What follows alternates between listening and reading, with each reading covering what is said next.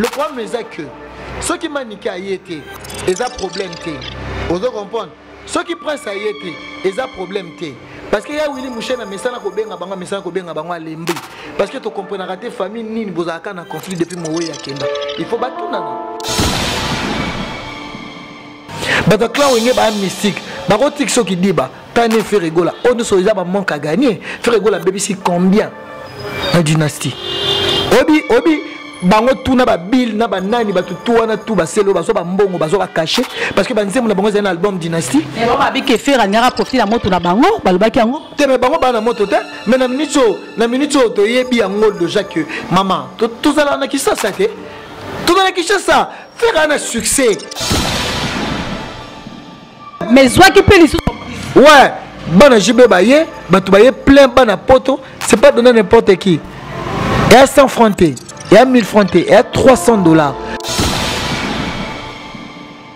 Ken puis na lobby qui est ferré à côté de sa stade pour faire attendre sa stade il faut alukaye mais nazo comprendre et le connu nango les oleka entre Ken puis nana ferré gola. Monique Stindi le cœur honorable que je salue maman ni maman na benga ke bongo ada mère chanteuse obike à la première chanteuse, il y a Liboso à stade municipal de Massina. Il y a des gars. Vous comprenez? À la première chanteuse, à Betty Massiki na beta stade à terre bandalti. Vous comprenez? Mais j'ai 30 coups, tu as tiki musique, tu as comment aimer l'ensemble. À beta ta stade. C'est quoi ça? Et là, non mais oh les sous que n'importe où, non doit pas Fabregas maestro oh. Moi non ou pas Karamapa oh. Kachana Cruz. Il y a mais Cindy le cœur au moins malgré que n'a pas qu'on fait le midi de quoi elle est capable. Elle est la fierté na ba chanteuse oyo babima na Congo.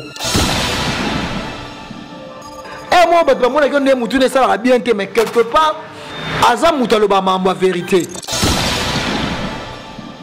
Mon stade douana c'est 80 000 personnes. Malgré faire rigole, c'est bien à son bâche à un amour à moko, mais pour la stratégie à concert, pour un concert à faire Simba, faire une ngazana, tu as besoin de faire à 60% T, à cela calcul T, tu as besoin que notre stade boy, ni Camerouni na ayembi, à pouvoir public.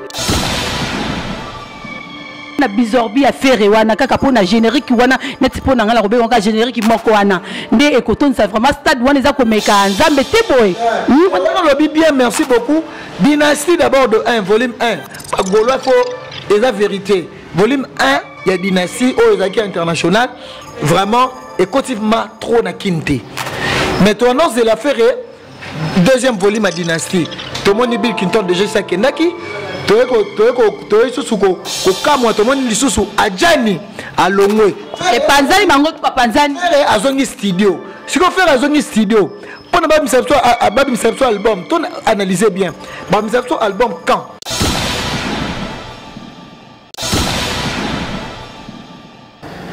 Bonjour, Nabatonio surtout Bazola Nangai. Bonjour na monde entier, bonjour na mututu Azola Nanga monde, na Katia chaîne Nabiso Clébois. Merci beaucoup na patron Nanga Pichu Mangaya mon boss. Bonjour na tout le monde, merci beaucoup. Il y a Lisa Coiffure, Otoza Katnae, Monito Salemissio, Mon Basuki Oyo, Makabutu Bote, Mozomo Langa Zobimisa, Salon Lisa à marche donc, Nakatia Bondal Madouda. Numéro 20. Donc, sur l'image à la beauté, aux la kitoko, loko la sitina la perle, moi la souka na bango, mais l'icolo na bango, yaka awa na salon Lisa Coiffure, donc aux akito makasi, tobo sanité, maison où la tsanga, jeans comme na kata boye, Charlie Molato. Donc merci beaucoup. On a invité Nabiso, on a frère Nabiso, on a yambaye lelo, l'émission lelo, oyo to sani ba analyse par rapport ya makambozo les kala katia internet frère Nabisoana j'espère que tout le monde à la ndakaye wala na Clébois amuna kaye yo tozali na plateau bonjour. Ouais, bonjour, Sitina la perle, hein? Donc, babi, l'icône, nangonini. Olobelo, ah ouais. Alors, moi, je lobby que moi, nasuka. Yo me bengi no moi, nasuka. Nga za moi, nasuka, bon, mais l'icône à bango. Ah, l'icône à bango. Donc, je dis un grand merci à toi. Merci à tout Bolanda Bisso. Merci à Pichou Manga Boss Lady. Merci à Charlie Boutique, Charlie Luboulou, na Istanbul. Faut boire à Bongo. Charlie Boutique, donc, so mon Charlie Boutique, Charlie Luboulou. So mon inga na leti kitoko boé. Et ça grâce na yé vraiment le seul et l'unique. Mouto à Tigranga ité ya dans Istanbul. Un grand merci. N'a pas tout qu'à parler de soucis que pourquoi pas aussi na ba famille nanga. Kadete Kassala, y a Bibi Chagater. On a un grand merci. Na bateau balinga base à la peto. Bateau balinga vraiment surtout banabasi. Tout le bani côté banabasi. Vraiment salon Lisa, ça marche vraiment. Na pesi bango merci pour l'espace oyo. Vraiment na ça l'appel parce que ngana peki titan na monde d'autre. Na monde d'autre na ça l'appel na bateau ba landa biso na poto même na Kinshasa. Vraiment soza na Kinshasa ko hésiter surtout na bandale à Paris. Donc na obenga na ba sœur na biso ba leki na biso ba tantine même ba maman bato nyonso bo na besoin que non bo sala moi au ça manifestation mo a besoin de machique vraiment yaka rapide awa na salon Lisa coiffure vraiment aux ala bien merci aussi na yo et ça linga bien ça linga plaisir merci merci Peggy Titan merci lelo ezamuko na biso ya okuta na ngana esalinga firma kasi Peggy Titan en plus ezamukolo oyo esengeli tout ça ba analyse na biso comme ndenge na kati internet awa tozomona ndeko na biso Kisinjora azwaki matanga akufeli koko na ye mais tozomona na kati internet bazoloba belé ke mwana wana kutu Kisinjora azolela wana abota na chroniqueur na biso ya internet awa Peggy Titan makambo oyo yindi simboka tozomona pe susu manike na mwana prince bayete na matanga wana mais tomona ki émission manike alekaki alelaki aleli atangisi ma misu mena komona na boye ayete mais Peggy Titan pona yo salon ndenge. D'abord merci beaucoup la perle. Tu as bien dit, au moins affaire ya Kisinjora na manike na prince babia. D'abord il faut que bango ko loba vérité. Au moins nga loba ngo pe son âme babia ndonga chokoro. Sora zalaki, au moins biso mibali mtoza na autorité. Obi que depuis na mona aka que manike na Kisinjora batika londe bazo élever bana bienté. Au moins biso mibali peut-être tozana na ba autorité mambebele. Pour na bana biso pour l'éducation à bana kokola ya bana mais nazo mona manike nanjora bazara wana ba vie privée bato mais bazo kokola bazo koka ko simba libota te faut to lo bango vérité non Peggy Titan yoka to sala analyse o lobi yango otuninga motuna te tika ngala loba o moni biso be to boko ma papa maman o moni ba maman ba honto ba boko la biso mais elo nga na o mona lelo soko ozo mona ke prince akangi motema ya ko luka même maman abotiye na tata moi si na parce que amoni ke bazo aider na elo côté amoni que ba retomber na bango nyoso zo quitter la prince tandis que prince a aussi la carrière musicale na éviter sozo comprendre nga Peggy Titan na katioti tika na loba la perle tika na loba toye siko na makambo tango yozo loba que yo yebi na ba niveau bango mbale ba koma po ani ba yeba raté que non à part internet ba non famille mais ba bossa na nyoso ba ka robimisa tout le vérité awa ba bimisa ka tout le vérité. Est-ce que vous avez dit que la vérité, bima biso to éviter que non prince aboma mutu na nini na lingwala na barumbu et bima ki vérité landro lomido anota monanjo amta bimisa kango mambo bima ki ebele to ka ipe que non ba vérité moi bima ki Kisinjora akuta za rande kwa babia te pour la nini bazanga ka limite bazanga babosa na que baza famille mais après wana baela biso l'âme de crocodile nakoka bola famille na bango te moi mais ça que bayeba yango à part via internet à part via buzz tozana vie mususu auto menaka eza vie na biso auto bengaka vie na biso za privé ozo comprendre bango te ne bazalaka wana babosa na que privé zalaka babosa na que vie privée zalaka. Vous en comprenez? Baloba na ganyo soma nikena njora. Mo bakso na ya solo mais tala awa era matanga tala niveau manike de John manike na lobaki a mutu. Omoni manike a mutu. aza mutu moko fan na kaboye parce que manika tamula na komba babia na ndimité manika ko sala famille moko ya babia mabe tandis que babia tikela ebana. Est-ce que vous dites que non, à part Prince na Anna, manika za mwana mususu Jonathan Kadima. Mais après na papa na tout ça no analyse. Après na papa na pour na ni manika za na komba babia, c'est parce que apportaka babia au cœur.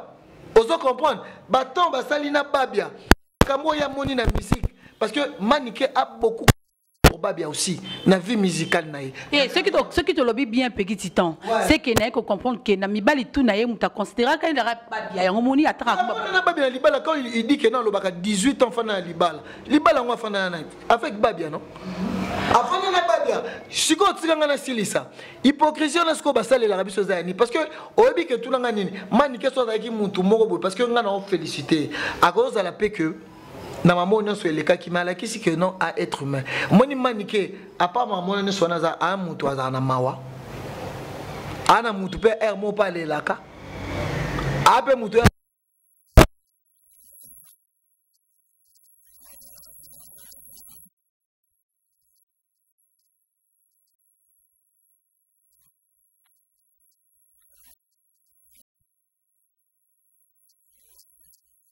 filmaka eto bakanga Maniké balobi ke akena ina mbeli na osa rappel te non Peggy Titan mais bango ba commissaire on dit moi na lokola Anna ba filmer pourquoi pour na l'excès na télévision so eza famille moi na grand frère na bino bo filmer pour na ko réclamer bakangi maman na bazala en complicité na tata moi tina ye on est pas na non na kota te na il faut pas réfléchir ça na maman lobby na longo na na ye na maman ya chroniqueur tozo yo kango parce que tu dis que da Chris moi na kisi nzoka liboso abota déjà oya mi balé wa abota mobali mususu oya mi balé na otanga nga kombote mais photo na ye déjà zo circuler bat ba oloba mais tu éviter so kaza confrère na biso merci to pesa mes condoléances matanga aneza matanga na biso matanga na biso odola te za matanga na biso siko zo ko loba te ndé te Peggy papa ya mwana c'est une chroniqueur abe mutu mo alobaka te ape mutu mo pe ya ba problème te na batu c'est que yebi papa mwana ngo bien asa camarade na biso sa moninga na biso ah bon to makambo bazolo ba penanga kasi ko za lokuta to ba solo so les distractions à koko na kisinjora maman omoni ko sambela ya motema mutu te okoza omoni bato bele ba okende ko sambela na ba raison na bango à voyager vous comprendre baka blaguer ba $100 net toza pas maman Lisa a coiffure toza pas na ya est-ce qu'il y a ko ebisa ok non akendaka ndenge pona sa la salon oyo à côté là ma bondeli ou ba akenda ngo pevalongo ou ba akenda ngo bima mais d'autres personnes bazo yaka na maramo pona ba distraire biso maman totika photo c'est le temps to le ba vérité le lo qui sinjura comme il a so combat fali bien sûr reconnaissance no ya wa kezate reconnaissance c'est pas héritier Peggy Titan soki na yoki bien olobi ki Maniké akomi ko ela biso makambu ya Kisinjora pardon akomi ko ela biso makambu ya Fally Ipupa mais Kisinjora dali pas Fally Ipupa soki Kisinjora tangi alobi pona Fally Ipupa ma bete soki abi pona Fally Ipupa ma bete mais problème eza ke yali kabuke ya Maniké ayeti matang makambu ya Kisinjora Maniké amunani te me alelaki tolobake misu ya Maniké ne to dekulu ba ake ezama misu ya kokodire ya solo po ko Maniké akoye koyepa Kisinjora te oyo aboti na ndeko ya Kisinjora propre Peggy Titan problème nangeza kene ba ke pourquoi ayaki te ngana oyeba te le pourquoi parce que biso to mona vidéo ne Maniké leli o même muto zo lela na yo aza mutu malamu parce que Maniké leli peut-être so za ke msu liwaza kina ngambo Maniké peut-être isu Kisinjora na yebite mais na yebi motema nete mais peut-être pe msu pe Kisinjora ngasa la pe bon mais présence ne ya Maniké za ki important parce que ngana tali na vidéo pe senga mabatu omoni lobby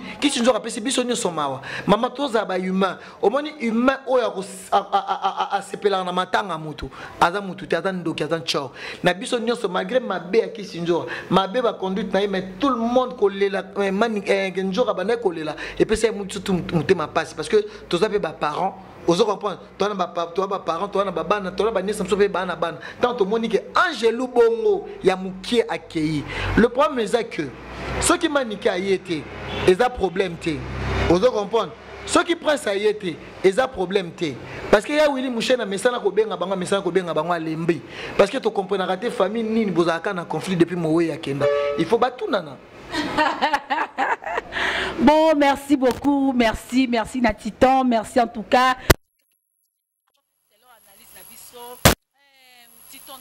Non, à propos de Likambouya, Cindy le cœur. Na Kofi Olomide. Ah, Cindy le cœur honorable. N'allez fort. Cindy le cœur honorable. Na moni awa Cindy le cœur accueilli na mboka na biso ya bapaya na poto na France bakei na Kofi Olomide. Mais na moni Kofi Olomide azolinga penza kotika Cindy le cœur te. Même na Château Rouge bazali na posa ya ko. Baki na posa ko mona Cindy le cœur honorable ba moni pe na nenga poto po makambo te koleka ba la poto pe kota ki yango webi makambo te koleka na ba la poto ba kota ki yango pe ya Cindy ba o kota Cindy le cœur bazalaki o pe ki contre Cindy le cœur bazalaki mais bazali pe na posa ko mona pe Cindy yango to côté laki Cindy yango pe to zelaka Cindy yango balakelaka mabeka ko ma poto te mais to ko mona ke Cindy pa na kati ba putu yango pe sou paré lisusu mais Kofi comme si azokanga makanga na Cindy azolinga pe sa Cindy tenté ezanini et tant que yo zambiaka na kati makambo yo na kati internet roebisa biso. Ouais, merci beaucoup la perle vraiment, j'ai dit félicitations à toi parce que tu es très intéressant. Le problème mes amis Cindy le cœur honorable que je salue maman ni maman na benga ke bongo aza meilleure chanteuse. Obike aza première chanteuse ya liboso attendi sa stade municipal ya Masina. Il y a des gars. Vous comprendre. À la première chanteuse, Abeti Masiki na beta stade à terre bandalité. Vous comprendre. Mais j'ai 30 coups, tu as tiki musique, tu as tiki musique, tu as comme un belanzambe. Abeta ta stade té. Si quoi bisanga. Et là, non mais oh les sous que na poto na ndoa pas Fabregas maestro oh. Moi no uta pas Karamapa oh. Kachana Cruz. Il y a attiré la bêteté, mais Cindy le cœur, au moins malgré qu'elle n'a pas Kofi Olomide, de quoi elle est capable. Elle est la fierté, na ba chanteuse, oyo babima na Congo. Vous comprenez, Maman Miliabel, Maman Chalamwana, on comprend Pongo Love. Basa moi na misu na bosani na ba o misu na abeti masikini. Tu vois, aujourd'hui sotali na liste wana na ba meilleure chanteuse au baliga na Congo, Cindy elle est parmi. C'est grâce à Kofi Olomide parce que Cindy le cœur il faut que la vérité ayembe pas cool matopé ba découvrir kaye. Vous comprenez, mais wana zaki na nous na tonton zaki chrétien parce que on a lobango na ça la différence musique profane na chrétien za raté. Ba ko sa abiso. Vous comprenez, nyoso za musique parce que to monango ba musicien musoto babenga mokili. Ma yemi nzembo, il adore Dieu.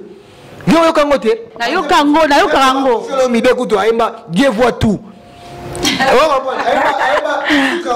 Dieu voit tout. Pour na Cindy le cœur honorable, vraiment je dis d'abord félicitations à elle. Pour te banek aux zelaï. Batoussou balobi que Cindy le cœur a tu vivre en injustice. Marie que Cindy le cœur a l'obaraté mais avec cocaté. Jusqu'à avec koloba pour la provocation. Mais Cindy elle est humble. Ana monté ma bonne maman. Biso to non sur le plan musical. Vie privée Cindy est allé bisoter. Cindy na Kofi, base à la moi sina mobali est allé bisoter. Problème na biso ezali que Kofi Olomide, le jeune Namboka ambassadeur à représenter la musique na biso. A Biemba a plus de 10 albums. Vous comprenez? Plus de 500 chansons. Oh Kofi Olomide de pas banda carrière na ye. Vous comprenez? Toi na Cindy le cœur. Depuis na 16 ans, on a 17 ans, c'est dans le quartier latin. Azana ba œuvre, le loyoka ba balancer ninte, loyoka ba symposium, vous comprenez? Loyoka ba grand poète mère, ba nzembo belé, ayemba yemba, on le lo même batou et kota batou. Parce que batou so sinda zo yemba, au sentir que sinda yemba na motema, yemba na âme. Vous comprenez? Ba maman ya poto, ba ta poto ba ya songi songi. Au mani Kofi déjà tangu ba yamba qui est et pas ya sango. Est-ce que Kofi va tourner que Kofi est mobile Cindy? Il n'y a rien à voir. Mais biso tout oyokaki. On a preuve. Le jour où on a que Kofi abali Cindy à la portée de tout le monde parce que neza bongo balobabo bomba mabe même yo moi sinon ozana jamais olinga ke ozana mobali mobo à considérer on a question na tikala on a question na menga na landa ki Koffi Olomide pa ya sango azolo bake Cindy batuni ke oui Cindy abino Cindy azala mobali azala occupé abi ke Cindy aza occupé na ndake mission mais alobi apo apeksa ki na bato octobre sou balukara Cindy babenga Cindy balukara balimero Cindy batika po Cindy aza occupé donc c'est que occupé ngo so total yango bien aza occupé ya Koffi na Koffi to occupé na mobile ni po se mbala ngo da Koffi yebi biso to yebi non te donc à cause da occupé na mobile moko Koffi yebi ou bien aza occupé na Koffi c'est ça le problème on les ont engagé biso to d'abord Cindy le cœur sur le plan artistique Aza déjà na belle voix aïmbara bien, on doit comprendre. Banze moi Cindy, taka Cindy betina masina talent. Est-ce que le 8 mars wana yo on dit ma que nenge basi baki belé bon ba ka otala Cindy. Ça qui plein ma bé. Oh, mais malgré que Koffi avec on a mais Cindy yemba yemo kotu. On doit comprendre. So baki Paris parce que biso selon biso bat boye baté. Koffi peninga za bon za patron Cindy ko za pe producteur naï. Parce que Cindy so ba betina ta betina masina concert mais réussir. Pourquoi pas so baki na Paris? Badana Koffi Olomide parce que toyo ka non. On comprend. Si accompagnement na Koffi Olomide tellement partout, sur deux personnages entre Cindy et Koffi, na yeba raté par rapport à la relation na bango. Tout cela ka bango moko mi balé mko ba web service ok. Au moni bino ba congolais ba tout ne bota la biso ba mais parce que au mona ki yo mo ki titama eninga pamba te kame mai pamba te balo biso na mboka na biso na ba mongo balo ke mai eninga na pamba te so c'est que libange ko na kati donc muta ko ba te ka kanisela Cindy ni rien hein c'est balo bongo mama ni mingi toza batu quand même to ko kanisela po to bata mokili pour kanisela ko ezala donc c'est que ezame takela ngo toza pe batu to faut to kanisela mais Cindy le cœur à moi ce qui toko papa abiso pe Koffi Olomide ape mbal ki toko c'est pas lingani na bango za pe mabeti meto rolo baka poto za batu privé na boy na nga vie privée au moins ni tala au moins vie privée ya molo babo yemo ko Koffi au moins elo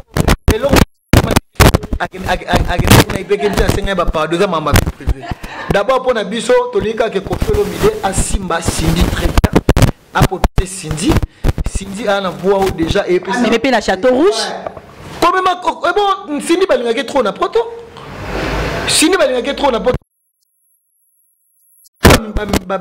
balingaki trop na poto pourquoi pas que non Cindy a rego tambola lié mon côté batika lo babongo ngana otomo na conférence de presse ya légende Cindy qui est mon Koffi qui déjà vente donc on comprend mais bien sûr Cindy le cœur ba maman poto ba jeune fille poto bata poto bana posa nae bana besoin nae ba mona ye vraiment na osenga na gwada merci ouais si na ndenge tozo kende molo malembe en tout cas makambo lo beze belé mais tant des amukie makambo beze belé pegiti dote ko mona pe susu awa ken piana auti ko kani la ferre balobi ke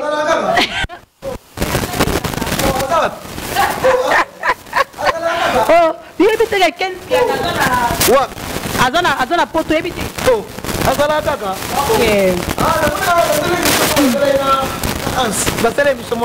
OK. OK, merci Peggy Titan. Ken piana lobby qui est ferré à côté de sa stade T. Pour ferré à ton de sa stade il faut alukaye mais nazo comprendre et le connu nango les oleka entre Ken piana ferré gola na éviter les cameroun zakani. ezalaka ke fere ken pena na pota fere gola abenga pese mbongo to nini poto mule ko même na wata pe tongo stade wata elekaki to mune pe ken pena nga kanila wata ka bongo to tuba ke yimta linga be chaque na bango to nini mais yebe na era wata be ba luka mais concert wata zaki récite ce que ko biso na fere o menga longa na comprenaka mo artiste minene mo ni artiste soki ba o toucher oté aux artistes c'était faire trop munene au moins ken nga zala bongo au moins la belité à kandat awe la kaka fali vous comprenez awe la be fali awe takepe ba warion et ça le quoi pe ken nga zana autikate ken autikate ken olinga pe que non faire pe aller kana défi mais normalement on a moni eza bien ken azolo ba bongo na ba gaulois il faut pas luka bas sensibiliser parce que baza devant de filles. Est-ce que vous avez que l'autre est bien que guerre est à faire une fali? Est-ce que vous avez bien noté? Mais ceux qui n'ont la comprendre bien. Rival à faire est à fali. Rival à fali est à faire. Ceux qui n'ont la comprendre. C'est normal. Au moins il fallait sa bêtise de mentir à ton ici. Ça reste faire rigolo. Faire rigolo, il doit chercher beaucoup de stratégies. Au moins moi mon balana kena, ata mon linga gete pour na mamnae, mais deux fois le bapé makameko et du fait bateau. Ngai pona nga. Peut-être azol la musaba gaulois. Allah musaba gaulois, basa la promotion. Faire rigolo a traîné à 3 mois. Faire rigolo a traîné à 3 mois dans le mois de mars. A traîné à 3 mois. Quelque part, quel on a un mal nécessaire. Et moi, mais quelque part, Azam Moutaloba m'a vérité. C'est que on peut ça quelle raison pour taper ton monde qui 60 000 personnes dans ce qui n'a raison. Non, au moins le premier zende ni na minute oh bagolo faire na ba fan. Na Kinshasa awa faire un grand chanteur. Autant bon, moi na Kinshasa awa faut que le bayango faire na fali. Bana bat balanda bango bana ba fanatique o ba buna pe mutu mso ko mona ke o lo bela faire mabe alandi abecho libanga ken pia na combien de fois kimana ba bandala ala mutu mso ko na babenga ba fan invisible amuna ko nengo finga affaire o mona lo kinsepe Kinshasa yango wana oto parce que avec insécurité faire pas na bato belé fali pas na bato belé ce que le premier zandeni azo pousser ba golo faut faire la promotion moni stade wana c'est 80 000 personnes malgré faire rigole c'est bien à son bâche à na ya yemoko mais pour la stratégie à concert, pour un concert à faire Simba, faire une ngazana, tu as besoin de faire à 60%, à 60% calcul, tu as besoin que notre stade ni Cameroun ni Ayembi à pouvoir public parce que ça a déjà un orchestre bien. Vous comprenez? N'a pas invité au benga, so benga pe ba na kalabashikito parce que faire so tie faire au kangi misu, au kangi misu maboy, faire so o yemba mamoko bandolela. Déjà faire un loko wana. Siko aucun dans lobby, ezali pour na yo, ezali vrai to faire retour di sa te. Quel a eu mambo atondi ça? Abi que ce qui faire atondi si martyr wana, ya longwe na ye, journaliste ateki ba caméra. Kuta za na caméra. Parce que un journaliste c'était un carte reconnu. Alors journaliste il faut le baguer à animateur. Quel un journaliste c'était? C'est quoi le babo? Oh, avec un chroniqueur de YouTube. Ken. Oh, chroniqueur de YouTube maman, moi il faut bailler on a l'état. Avec un kaka mutaja lelo. Que moi tout n'a ni cause à la journaliste. Tout le monde tout mes maman mususubu. Journaliste chroniqueur. Animateur et c'est le mortier. Quand on ont employé, il faut qu'il y ait le loba. Mais bien sûr, pour n'engager, ça m'engage pas. Quand on a chroniqueur, tu as un mouton à yébani. Vous allez comprendre. Mais pour n'engager, ceux qui bagolo à refaire à Ken, bon ça les rares. Ken a modifié, a motivé bango. Vous allez comprendre, maman, total bola, yozo tambola na Kinshasa mobimba. Et là on est l'élection qui fait les concerts les enjoints. À part ce côté dans les réseaux sociaux. Parce que bato changu faire un bafan tina ba changu ba kisenso ana batu. Mais si quoi ils ont la communication. Ils ont ba golo na ba golo, je vous demande vraiment faisez l'effort. L'artiste fait rigola. Na minito, c'est bon. Live à Bizorbi Mikolozo mon on est zobeta. C'est bien. Malgré que nous battons sur bateau critiquer il m'a cambu na nina tout no pe ngwana to kota na ngo makambu wana est-ce que fait rigola ninga zawana kaka puna Bizorbi ngo kaka wana nde ekoki kotondisa vraiment et tout sa stade wana pour tout monde qui peut fali poupa abeta ki stade ah mais fali poupa avec un album tout monde qui peut album a fali poupa ninga tisiko ezo cartonné nani abeta ki stade de Richie Watanabe 1011 000 démons tout monde peut abeta ki stade na tout monde peut que kanga qui pour air wala pe album qui ezaki a marche tout le monde qui peut mais kaka pona Bizorbi a faire wana kaka pona générique wana net pona ngala robe wanga générique moko wana nde ekoton ça vraiment stade wana za ko meka nzambe te boy on lobby bien merci beaucoup dynastie d'abord de 1 volume 1 pas golo faut et la vérité volume 1 il y a dynastie au ezaki international vraiment écotivement trop na kinte mais ton annonce de l'affaire deuxième volume à dynastie tout le monde Bill Clinton déjà ça kenaki toi sous ko kamwa tout le monde lisusu ajani alongwe et panzani bango to panzani azongi studio siko faire azongi studio pour na ba misapso album ton analyser bien ba misapso album quand album Dynastie volume 2 auto zela et parce que tu es jeune à mois de mars kami to ko avril na mai awa bazan na stade de martyr et na juin ba na stade de martyr parce que yebisanga so na minute au faire ene ba bike ba critiquer faire azongi studio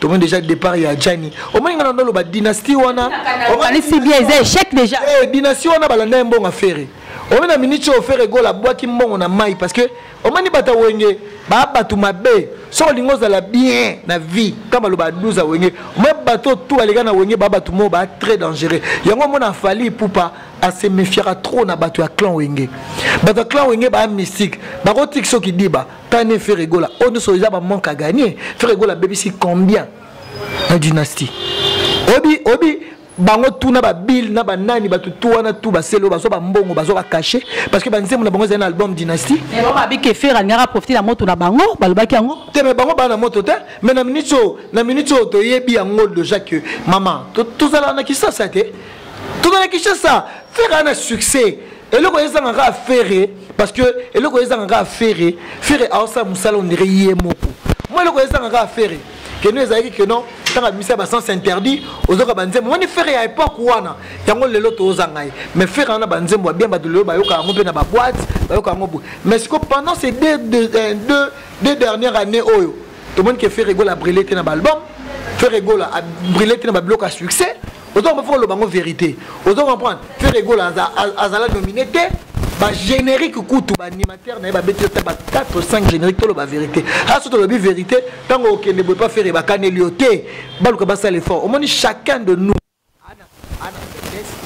chacun de nous peut accompagner rapport sur la faiblesse na ça ba golo na ba goloise ceux qui ba ça les critiques pour na faire rigolo ce que yebi sanga na minutes oyo Dynastie volume 2 faire azongi studio album fallait bima d'ici là bandeko bazo longwa faire se décider Moscou yemba barumba pone bimakan parce que kalaming te a to juin yebika ane ngone ngezo kene vite fait kene mbang donc pona ngai Kempiana n'a pas mal parlé c'est pour motiver le Gaulois et de Gauloises na bato baza tout autour ya faire baluka ba stratégie au moins ça de wana ba beta ngo pour na succès pour album et affaires dans minute où on est logo mon côté ils ont pouvoir biso que non faire un album mobile sur le marché et ça un succès donc c'est un peu ça je suis pas moi au moins il ne pas besoin de ma soeur tout le bac à vérité au moins il t'en offre tanga mais tout nos autres tunanga ozoka musanga na on dirait na on dirait Cynthia Kapashi na on dirait Bandakala motanoka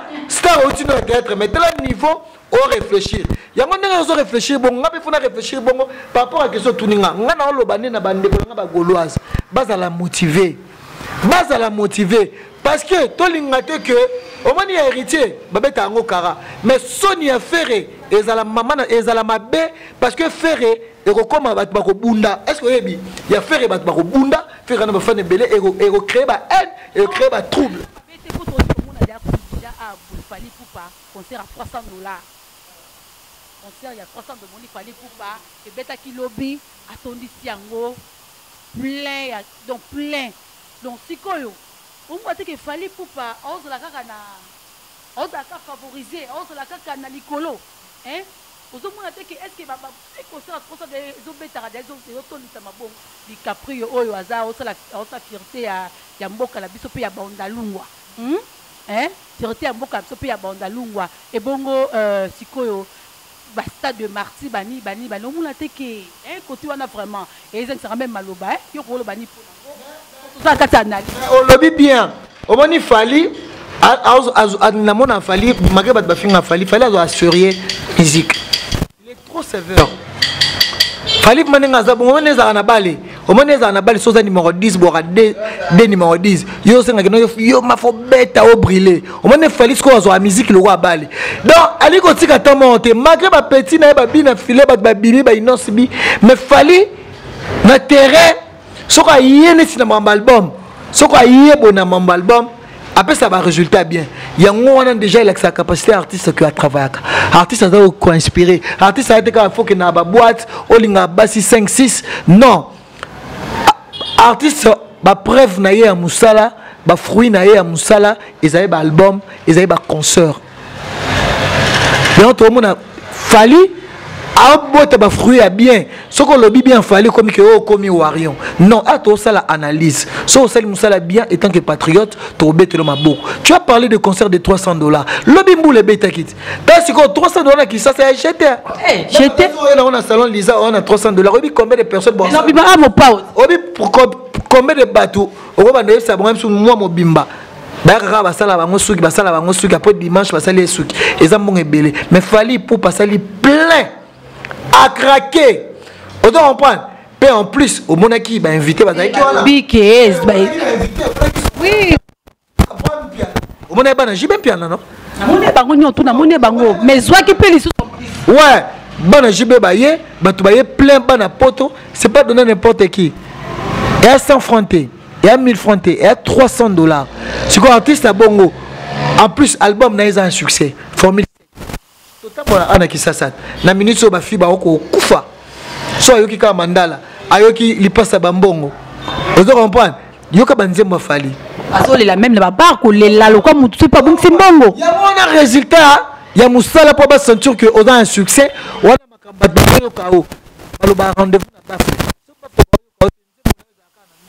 Ezaka na réseaux sociaux. Non, les lobi ke Kinshasa, to zaka na deux choses. Barna, eza terrasse na église. Vous comprenez? Eza terrasse na église. Donc moi félicitations à Fali parce que Fali $300.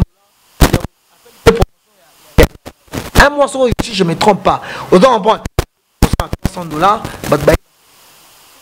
On dit félicitations à l'artiste. Puis il habite le stade de Martyr. Album est bimé. Il faut aux amouter à ma baie. Ce qu'on lobby bien, mais fallait payer à zapper na place na ba partie moussou soupé. Il faut abonner ça. Elle quoi ba partie est belé mais il n'a pas bien. Ils a été. Faut la remarque qu'il fallait les amoukier. Il fallait la musique. À tout ba concert, à au salama bien, album ba bazoyoka, ko yebisanga, to ko juger wapi. À part que ce de côté vie privé fallait. Mais côté musique, non mon ami le monter que non mon ami fallait pour pas ato moi musique na été mais na mito fallait pour pas alors ça qui a déterminé alors ba ke pegi tita comme ça fallait pour moi de la cap déjà parlé avec héritier avait mis en chemin démon si le los a succès a préparé chemin de gloire on la comme warrior liaki mambo mobo ni ndeza la kaka nini bato analyse wana on ba fan de la analyse wana o ba lobela ka fali o ba lobela ka o fali o ke baba tu mabe soki na ebiso ke non ba lobaka bien fali na caméra mais na sima ne zala ke niveau ba lobaka même ata ba ken wana ba vadi ba mbutalikas wana bango pa na bango et comme le roi cop basala musala tekement comme vraiment que non to lo ba vérité parce que biso na minute so to lo ba vérité ce qui peut fallu tout le monde le mot ça va pas maman je vais venir dire wana ya le ko funda bango indirect mais pas fallu pourquoi bato ba yebit bato ba yebi bango basala pona ba intérêt pona bato ba yeba na trop bato ba kabola bango ba mbongo na sima fali ki ba pe jour musu ba escroquer pe na komba fali parce que ba mi bomi benga bata ba analyse non il faut que le kabolo ba bien bato nyonso to le bien bato tout sindi le cœur ba pe que na komi cofiette et puis biso na carte internet za kaboy non mais bien sûr ce qui est la vérité la vraie bisanga na minute au niveau de finganga la perle mais dans le lobby qui est concert à tout ça dans le lobby mboule bete na Kinshasa bat ba yebite ba yebi mboule bete le bat musuku ba côté soit dini en plus invitation za gité tokenaki ko sa expertise na yo tokenaki tikuna na terrain toyeba avec invitation za gité bat tout ba côté qui za bien vendu parce que artiste a bon seulement bon na Kinshasa a MBC bat tout moni bana ba konzi ba ye bat ba ba Brazzaville tout le monde va Soraya, tout le monde va Bram, va ba poto. Ce que muta bon temps sali bon, ba Eric Mandala ba ba te belé ba. Ce que yebi sanga to ya to balu information. Il y a le quoi lelo na so vérité. Ce qui fait rigola. Ce qui fait rigola Tony si Marty, biso to la ra ken piana. Tozo ngela to c'était comme mukutu ya ki journaliste c'était. Il faut ka né okoma plus sonner parce que ça a sonné. Mais eza ba défi, pour nga ya ba défi, tout tika ba blague.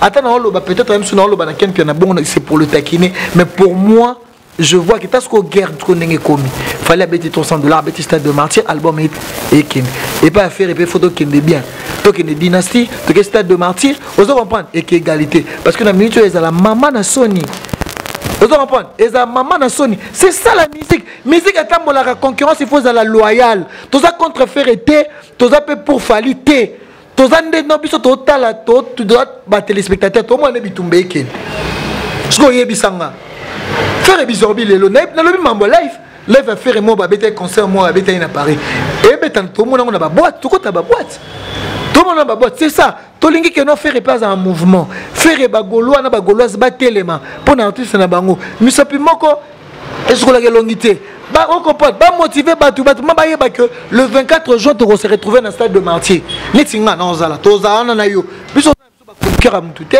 tout ça bateau toi la vérité tout ça une église au milieu de village. Merci beaucoup na Peggy Titan merci Peggy Titan to lingi to zwa conclusion na tuana so tuana ototunaki tali kulanda papa na biso Kofi Olomide kulanda Kisinzora to zwa conclusion pour na bango ni so tuana ototangi ba kombo na bango lokola Fali Pupa lokola Ferregola lokola Kisinzora lokola Kofi Olomide conclusion nini yoko kopesa na nyoso tuana etant que analyse tout ça les lots et talamana kitoko. Merci beaucoup ma soeur vraiment ça s'est bien passé au Epatenga parce que tu m'as amené comme je voulais vraiment je dis un grand merci parce que Badba Messana vraiment on va commencer à faire des analyses pareilles pour Badba comprendre que tout ça la musala au cara pour aider Batou tout ça musala pour nous communiquer pour nous informer d'abord on a essayé un peu de parler rien que la vérité même côté Kishinjora et Maniké de John on a parlé que la vérité surtout on a besoin de que hypocrisie na ba la sur la TV bien sûr ba luka l'art ba luka cop na bango mais so ils ont intérêt à famille il faut pas même bango ils ont sérieux neti mutu loko akufi tala mwana na aza innocent akufi mais vient na viso 20 jours à ça ne ba émission polémique anga amemane ba moko boye mais tandis que to le la mwana kota déjà côté il y a 20 jours j'ai parlé ça normal je suis pas contre bango vous comprendre na linka que non tant aux amambo ils ont intérêt familial tous warango vraiment mamoro ya sérieux. Je quitte là-bas d'abord pour Kishinjora. Je viens pour Cindy Le Cœur. Je dis bravo à Cindy Le Cœur. Bravo à Cindy Le Cœur. L'album Légende aussi, Toz est la deuxième volume. Toz est la deuxième volume. Toz capé Cindy Le Cœur. Toz kabanze mumsu bande comme sou bazana ba omba bande ko belé na ba o bande comme sou ba yaki ba belle de charme. D'abord, je dis ce que je dirais c'est à Kofi Olomide a créé sous promotion makasi. Album Légende Toyo Kangote. Mais ils ont des chansons bien à quatre. Des chansons comme Ba Femme, Banzemba bien, Bambembe. Vraiment, tu as besoin de promotion. Tu as besoin de Kofi Olomide. Marie Kofi Olomide est grand. Mais tu as besoin de promotion. Il faut on a la radio, on a la télévision. Promotion, c'est grave. Moi, les gens qui ont la pétro, attention qui ont la boîte, qui ont la TV à Palais, ou le bâtiment, bien. Tu vois, on voit ça aussi avec Fali. Promotion, c'est ma la radio et tout album et bêta. Et je pars maintenant pour concert à $300. Je dis félicitations à Fali. Vraiment, c'est un artiste à féliciter. C'est un artiste vraiment qui est très bien. Nous sommes là pour nous populariser l'artiste musicien Nabiso. Mais Baza Peka a besoin de communication Nabiso. Je dis bravo. Et pour nous souhaiter ça n'a évité le rosny sur les non, et l'homme aussi a ce que zaté, et l'homme aussi a pessi ba merci nangai na Peggy Titan otozaki na awa elongo ba merci nangai na Peggy Titan na pessi ba merci nangai na boss nangai Pichu Mangaya na pessi merci na nyoso batutu bazola nangai ba merci na bango na pessi pe merci na salon Lisa à marche. Oui, il y a un biso à la numéro 20 na pessi motonyo surtout ou à talibiso na minute oyo nazo pesi bambote na ngai na pichu manga na pesi bambote esika azali na pesi mbote na ngai na Charlie Boutique na mosika bambote no yango wana oyo alatiaka Peggy Titan si ozomona Peggy Titan ba bogar boye tout c'est Charlie Boutique ta pesi mbote na ngai na pesi mbote na ngai na biso na minute oyo na kati ya Clébois ba gros bisous na bino napesi te non président Charbeton à musique aux États-Unis à New York napesi pas gros bisous mon président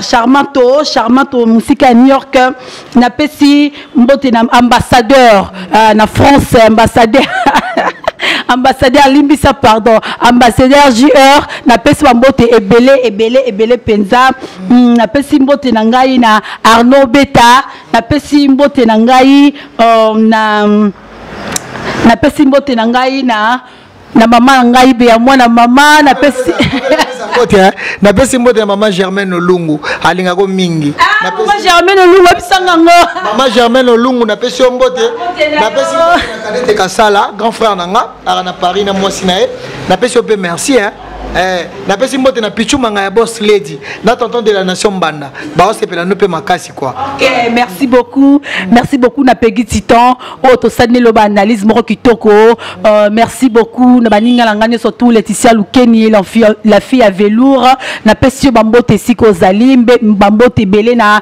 Lisette Kenge ma copine de moi na pesi bino ba gros bisous na bosante mon président nanga o na rotika kate Vital Kamere oyo soki le bozo mona sitina la perle boye moi na suka na bango melikolo na bango c'est président Vital Kamere oyo parti na biso munye lokola INC lokola CG na biso Billy Kambale yazo mérité yango ya munene yango na bambote na yo papi okata papi okata ya papi okata moi na ye yo chroniqueuse parce que moi na suka na bango mais likolo na bango donc bataille NC bo s'abonner pe na Cleboa bo s'abonner biso to ana pona peuple to ana pona batutu quoi merci en tout cas merci beaucoup na ba obazo na ba payer musika malgré na ba kombo na binoté mais na bi molo malembe to yeba na ba kombo pona ko présenter bino na émission na ngai en tout cas ba gros bisous na Arnaud Beta encore ba gros